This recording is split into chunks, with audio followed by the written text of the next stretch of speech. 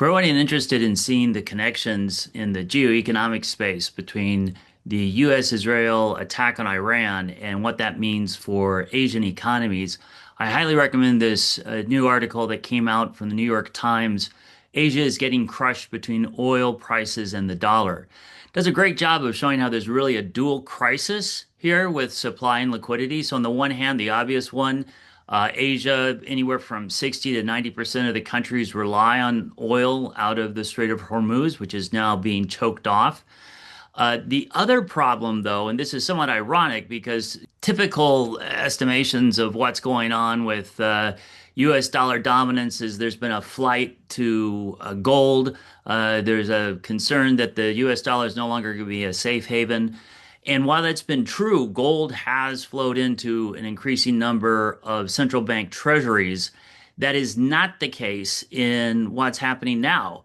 In fact, because of the petrodollar phenomena and an astonishing 90% of all global trade of any type, whether it's oil or otherwise, is done in US dollars. The US dollar is effectively what used to be the gold standard for currencies. So what that means is while the oil price is rising, the dollar is also strengthening.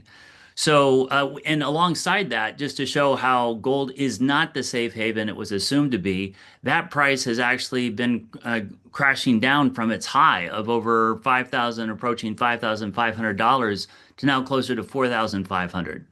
So, given the case of India, for example, you see that the price of oil in India, by the way, the article, its one shortcoming is it talks a lot about Brent oil pricing.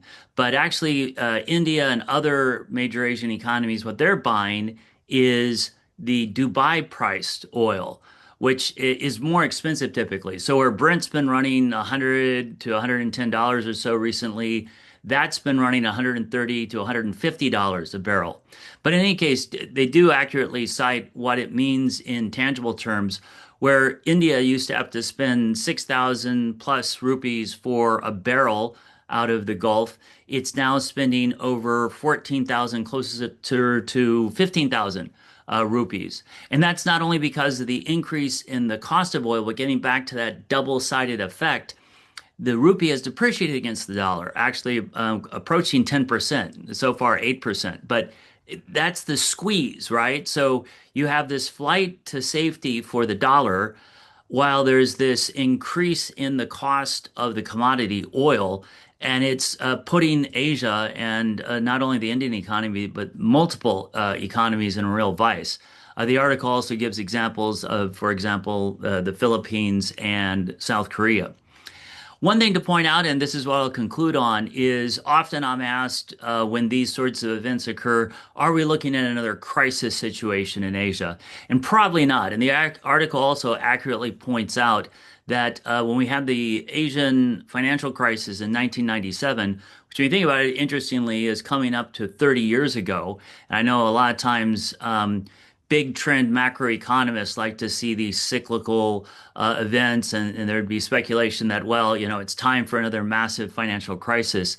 Putting that issue aside, there might or might not be for other reasons, but although I wouldn't count on that either, it won't probably be the case here. In the sense that in 1997, the Asian financial crisis was a matter of having a huge overhang in foreign debt where countries were trying to peg their currency. You don't see that anymore. They've gone to a free float exchange. Most of them, China is a big exception there, but the others have gone off that approach.